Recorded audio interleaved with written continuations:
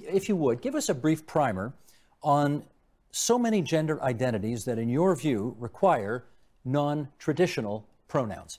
Basically, it's not correct that there is such a thing as biological sex. And I'm a historian of medicine. I can unpack that for you at great length if you want, but in the interest of time, I won't. So that's a very popular misconception. So essentially, when in my transgender studies classes, what we're doing is looking at actual research and identifying ways that current social issues related to trans people or things that are associated with trans, such as free speech arguments and claims, how that connects to the way that people are thinking, the way that research has been framed, the histories. Give us some of the other pronouns that one would hear, typically. I don't focus on pronouns because pronouns are actually part of a cisnormative culture. So what we do is learn about... Well, I'm going to stop you right there. Yes, I was just about to explain. Good. So we don't start from a cisnormative perspective because that can't actually go very far. What does cisnormative mean? So I'm going to start us there. Cisnormative is basically the very popular idea and assumption that most people probably have, and definitely that our structures convey,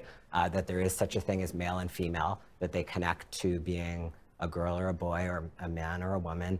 And then sometimes that will also recognize intersex or trans people or transsexual people, as you mentioned, because that's sometimes also referred to as a gender binary. So anything that fits within a gender binary can work within cisnormativity. Okay. But cisnormativity is basically that everyone assumes that there is male and female, and so very little is actually looked at to understand what's actually the case. And scientists have been doing this for at least over 50 years. Your view would be it's much more complicated than that.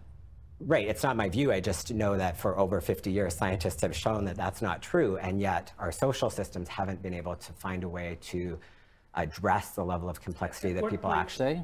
What's your response?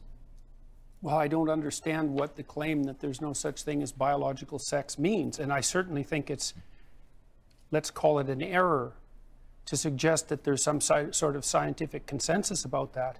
I mean, there's biological differences between males and females in animals and human beings at every level of analysis. Okay, I'm jumping in here, because what about the notion he put forward at the end there, that if you do not refer to people with the pronoun that they prefer to be referred to, that is a form, according to the Human Rights Commission, of discrimination? It's not just a form of discrimination, it's a form of hate speech. That's why I made the video.